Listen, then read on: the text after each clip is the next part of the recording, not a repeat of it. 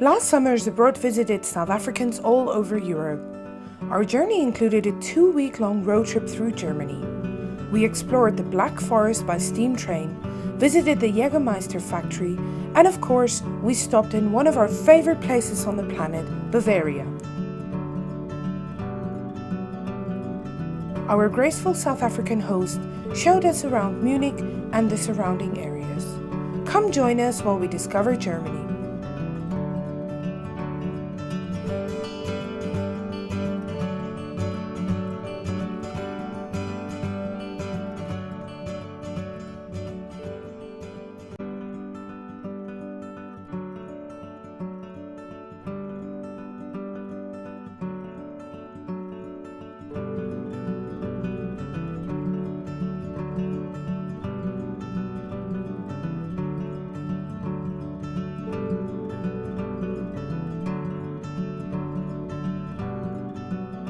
So I'm from Bloemfontein. I was born and raised there, and then I had the opportunity to go study in Stellenbosch, and I studied in Stellenbosch. Mirelle also studied there at the same time with some of the same friends.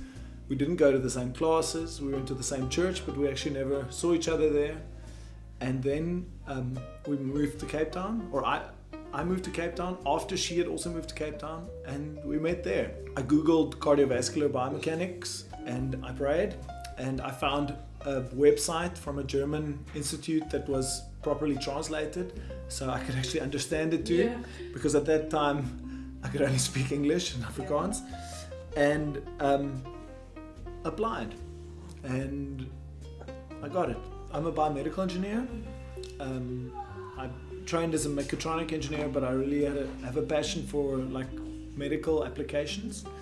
And yeah, I'm currently working at a small startup, and we're developing cardiovascular technologies. There's big international companies that you can work for and never have to speak German, but mine.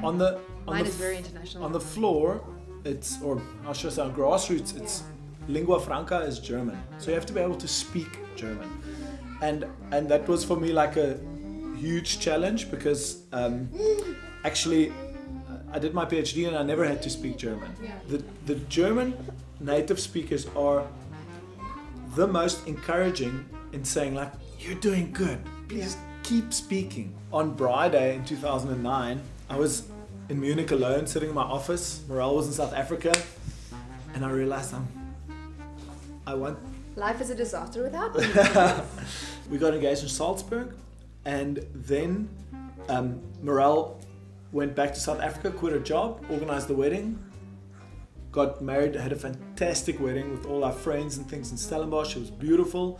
Kind of like a wedding and a going away party at the same time. Yeah. But I really missed being creative and writing and doing my own thing. But during that whole process, I realized that there has to be some way to kind of get the South African designer products that I really love to bring that then to Germany. So that's how Wunderbaar's Africa was born.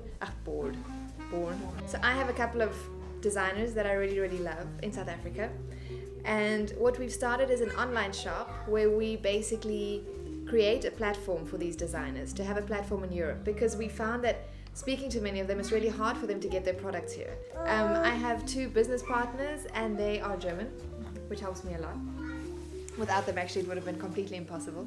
So, and they also have all the e-commerce experience, so that was really just great. And they're also actually best friends, so it feels like a family business. All of our designers are really either helping the communities around them, like bringing or like teaching the community skills to be able to actually be part of the production process. And for us, that's really important. For the Europeans, it is too. So it's kind of a way of not only doing because I love South Africa, but also just giving something back in a way. So every time we go back to South Africa, it's just lovely to see just the vibe and the people and the warmth. And for us, that's always, it always really warms our hearts. And we always know why we feel that would always be our home. And even though we don't really know if we're going to go back soon or exactly what our plans are, we're not ready at all to say that this is permanent. And I don't think we ever will, even if it is. We won't say that because it just doesn't feel right. So I want to say hi to my mom and my dad and my twin brother Larry and all our friends who we love. And do all your family Yeah, squint sissies? that's a difficult question. I would be happy if someone says hi when they see this, because probably everyone who sees this, who knows me, will be a friend on Facebook and just say hi, I saw this, and that'd be nice, because I think we're so connected these days that a special extra message is even more special. Germans are world famous for their efficiency. Getting around the city, or even to the abundant number of places to visit around Munich, is convenient and fairly cheap. Buses and trains run like clockwork, and the automated systems for buying tickets in the language of your choice makes traveling in Germany very easy.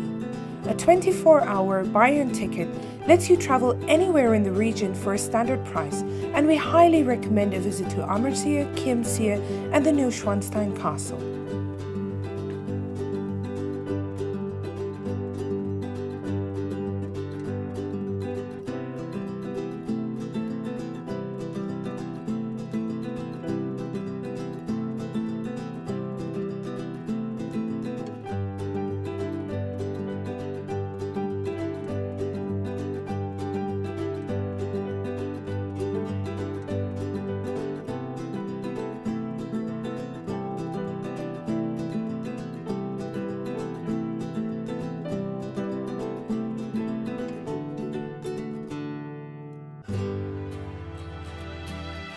We're at the Andechs Brewery. It used to be a monastery, but now they just make beer. They took over the industry from the monks, and we're entering the mountain. It's up on the mountain close to the Ammersee, and we're going to see if we can find some nice beer.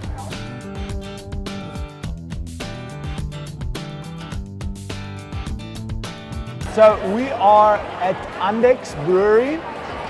It's a famous old monastery that's in Bavaria near the Ammersee, and we are in a beer garden because there's a beer garden at every monastery in Bavaria.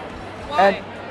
And so the story goes that the monks started brewing beer as a type of conserving food and also giving nutrition to poor people.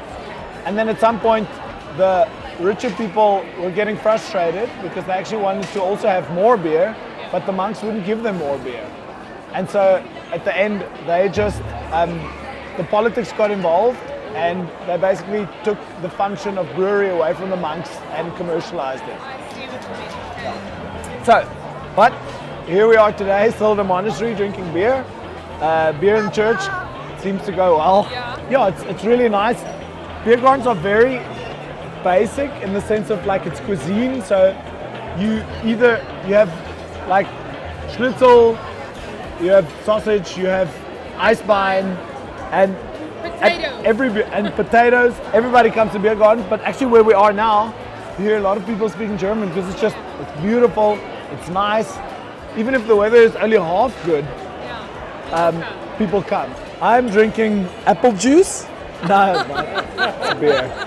He's drinking apple juice. Yeah. What are you drinking? Apple juice. So this is the Weizen from Andechs. Is probably one of the best Weizens. The joke is, this is the small beer. Can you show us the big size, please? So this is the Man size. I ordered the large beer. Oh my gosh. For comparison. I didn't order it. My wife ordered the large beer. It's a Radler, so it's half lemonade.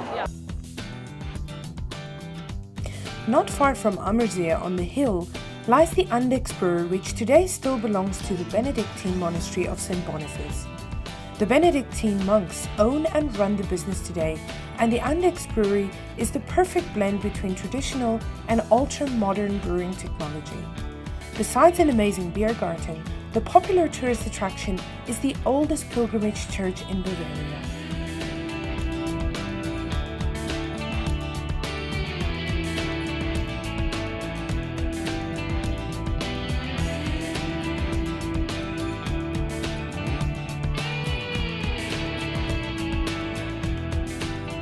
Follow us on your favorite social media platform and feel free to tag us along on your Instagram adventures. Also visit us on www.ZAbroad.com.